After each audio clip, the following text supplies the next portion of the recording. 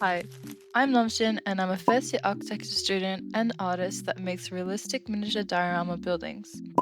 I'm also an avid Studio Ghibli lover, so let's answer some of your guys' questions from Instagram whilst drawing a scene from Studio Ghibli from the movie From Up on Poppy Hill. Specifically this scene. Okay, let's get into our questions. So Steph S. Wig asks, when did you start making your models and can you show us your first projects? Okay, so my first project was made in high school and I finished making it in September 2024. I picked visual arts as a subject, and for that subject, you had to make a resolved artwork that could be a painting or a sculpture or anything really. So I decided to do something related to architecture since I really loved it, and I decided to do a double whammy, something that I could put in my university portfolio and also hand in for my final artwork. So during those stressful months, I finally made this, which was my first ever diorama, and something that led me to making more projects later on. Which I'm actually really grateful for. Okay, next one is by Melted Crayons. Why did I keep making my buildings? In those critical 4 months of studying and everything, I was studying like 6 hours a day, and I was really burnt out. So honestly, creating and working on my artwork made me really happy and relaxed from all of the stressful things from like math and science and everything. And I actually really love the detail and attention that I need to put into each of my artwork that has like a hidden beauty into it. Muna Money asks, which project meant the most to you and why? Well, it would definitely have to be my first project that I ever made, purely because it is the one that I experimented so many things on to learn how to make dioramas, and it's led me to be sort of a pro at building them. Also, without this building, I wouldn't be able to have my YouTube, Instagram, or TikTok that I have till this day, which I'm so grateful for. So thank you so much for everything, and thank you for everyone for all the support. Leon Susan asks, what is on your Pinterest board inspo? So on Pinterest, I save a lot of things, and honestly, I spend way too much time saving all of the different things that I love. I always put them, and I mostly search out for models or references that I like. And I organize everything into neat little folders of what I want to do in the future. So here's a little sneak peek. I usually search up things like abandoned diorama or realistic model to find those sort of things. Okay, let's check back on our sketch. So it's looking pretty good. I finished everything. So now it's time to outline with a fine liner. So first we're going to erase everything, the guidelines, and let's answer some more questions. Kiki Monkey asks, how do you create your dioramas? Like, what's the process? Okay, there are mainly 5 steps. So inspiration, experimentation, building the basis, painting, and finally detailing. So for inspiration, I obviously use Pinterest. I always save all of my ideas on there, and I save things that I want to put on like garbage bins, pipes, and foliage. And then for the experimentation part, I always do a lot of planning and drawing of what I want to do for my building. This step is really important. Okay, for my base, I always use this foam board of 5 millimeters, and it's honestly the holy grail to building a base. It's really easy to cut. And I always stack my base and make it sure it's stable with adding layers first and then adding windows after. And then after that, I add more details and paint with a spray paint base all over. Usually it's grey. Then after that, of the spray painting, I start adding more details. Things like graffiti, plants, pen shading, and garbage, as well as posters are things that I add on after and the end. Olivia Kim 1717 asks, what are some tips for getting into making these dioramas for the first time? Okay, I would definitely recommend following the 5 steps that we said in the process earlier. Those are absolutely important, and I really recommend that you follow them. And another tip that I have is that you should always heavily plan before you actually make a diorama, and make like a list of things that you want to check off and add into your building to make the process easier. Another tip that I have is always saving recyclable materials like cardboard, boxes, and plastic that you can always use, not only just to be environmentally friendly, but also save some money that you can use on other things other than expensive materials, which I never spend money on. For textures, I always use this multi-purpose filler paste, which honestly gives a really good concrete texture on top of my buildings.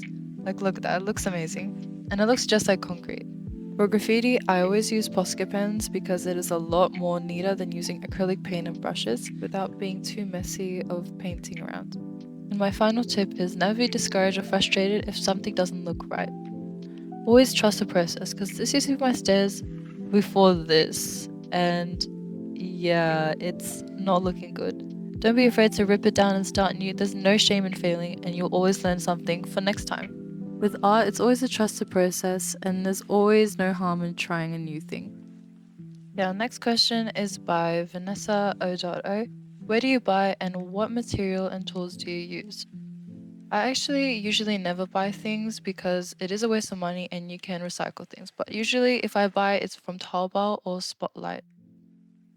From Spotlight, usually I buy my foam boards for my base and also wood, like balsa wood, just for like smaller details. And from Taobao, I buy fake foliage and plants because it is hard finding plants that actually look good. But most of it is recyclable material that I use to build all of my buildings. All of everything is pretty cost effective. So next one is by Winner X. Do you sell your sculptures? Well, no, I don't. And I don't think I plan to either because it takes a lot of time to make each of them, and I feel like it would take the fun out of having expectations for the artwork rather than actually having fun. If someone paid me enough money, I would, but the answer is no right now. Okay, next one is by Rough Bags. What uni do you study architecture at? So I study a Bachelor of Architecture at UNSW in Sydney, Australia. And I actually have a vlog on this if you want to go watch it, of a first year architecture student week. Next one is by Quiet Moon Girl. How did you become interested in architecture? So when I was little to when I was growing up, I was always into art, like 24/7. I initially wanted to do interior design, and I used to watch this YouTuber called Mr. K and her interior room makeovers. And I would go on Pinterest every single day and scroll so much, finding inspiration for my room makeover that I was obsessed with. Then, after researching a bit, I started to rethink my decisions because of the pay mostly, and I settled on doing architecture. So, architecture is honestly, I've been stuck with for a very long time now. And I talked with it with a bunch of my friends who have done architecture or is an architect, and I really like the idea. It's really diverse and it includes art, which is something that I want to keep in the future. So I studied hard in high school and I landed myself in UNSW. And honestly, I'm really enjoying my time here. It's so fun. Obviously, every degree has every up and down, but I really enjoy it so far. Next question is by Inti Sarah Khatib. If architecture didn't exist, what would you major in? This is kind of hard. Initially, I wanted to be a doctor, but because of the time, I wasn't really into it. I really liked the biology in high school, and I took it only because of my interest. The reason I didn't take medicine is because I feel like I would get really burnt out. And actually, when like picking for my unis, I picked all three of my decisions to be architecture, so it's really hard. I would have to go with optometrist because I really like glasses and eyes, but I have no idea what I would pick other than those two because I've just been wanting to do architecture. Anyways, we have finished the outline of our drawing and it's looking amazing. I actually really love how the result turned out. And I love it so much that I made a scan of it because I don't want to go over the original outline. So gluing it into my book, and let's get started on using these Montmartre markers to color them in. Let's get ahead with some more questions. So Andrea Madrigarami says, do you regret choosing architecture as your major? Well, there are pros and cons of all degrees, and I'd say that the pros are to keep my creativity all the time is really great, and I love making physical models in architecture. Another aspect is that I love how many diverse skills that you learn. It's not just about art, but also different types of thinking, and there are no exams. There's only like presentations and assessments because I find it really stressful in exams. Some cons though is that I hate carrying the big physical models to uni because it's a little bit embarrassing and it's time consuming. And a final thing is that you might feel a bit lost because this is a very new type of subject to learn. But other than that, honestly, I do not regret architecture at all. It's been my dream degree for a really long time and I'm really happy with it. Okay, S. Sanvi asks, what do you consider your favorite part of doing an architecture degree so far? Okay, so I am a first year student, but so far what I love is that I can be like learning art and a little bit of math and some construction and also history. It's such a diverse like degree and I really really love that aspect of it. I also love the design part and like conceptual designs. I love doing renders and creating models. It's honestly so fun. And I love going to different sites to analyze their buildings and the environments and drawing sketches based on those. Okay, another question by Z Sanvi. What is my favorite building? Okay, so last year I went on holiday specifically to China and I saw this building in Shanghai. It was so cool and it was called the Finance Bund Center. It was honestly crazy. It's a kinetic moving building and it has around I think 675 of these pipes moving around and it was just beautiful. Okay, I'm such a loser says, are you gonna keep posting on YouTube? Yes, I will be. Definitely. I've just been really busy with uni and work and life, but I will definitely be posting onto my YouTube more, especially in my uni holidays where I get to have more time and dedicate things to my YouTube channel. Okay, Seth Eswig asks, what is your big goal currently? So for this channel, we are almost at 2,000 subscribers, which I am so happy for. And my goal is 10,000 subscribers so far. So please subscribe. It just takes one button and I would be so happy. JJ0611 asks, what is your MBTI? My MBTI is INTJ and actually it says architects, which I am so surprised about. Isn't that so perfect? So it means introverted, intuitive, thinking and judging. So yeah, that's my MBTI. I haven't really ever gotten that one. Denise Horn says, do you have any pets? Oh boy, yes I do. I have two beautiful boy cats. One named Kiki, he's the eldest one. And another one named Tiger, he is the younger one. So they're like brothers. Tiger is really playful and Kiki is like the chill one that always gets annoyed. And their dynamic is so cute to watch. And obviously, I love them a lot.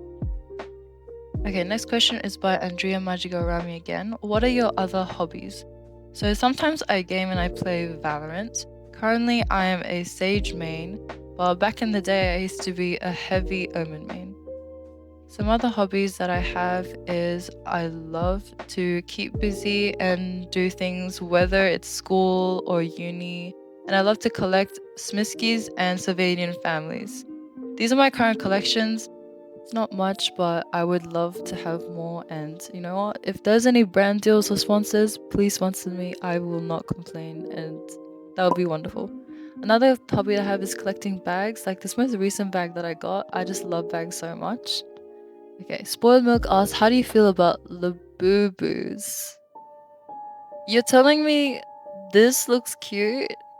Okay, it is not cute at all. And honestly, it's not worth for all of the things that lining up for long lines and also people breaking into cars full of boo-boos. Like, it's not worth it. This one's probably the cutest one, maybe because the eyes are closed, but there's just something about it that does not sit right with me. Okay, a final question by Rumanon. What is your second most favorite color? Well, my first favorite color is definitely purple, specifically like a muted purple, and the second one is pink. Okay, we're almost done with our drawing, so let's put some final details and I'll show you the results at the end.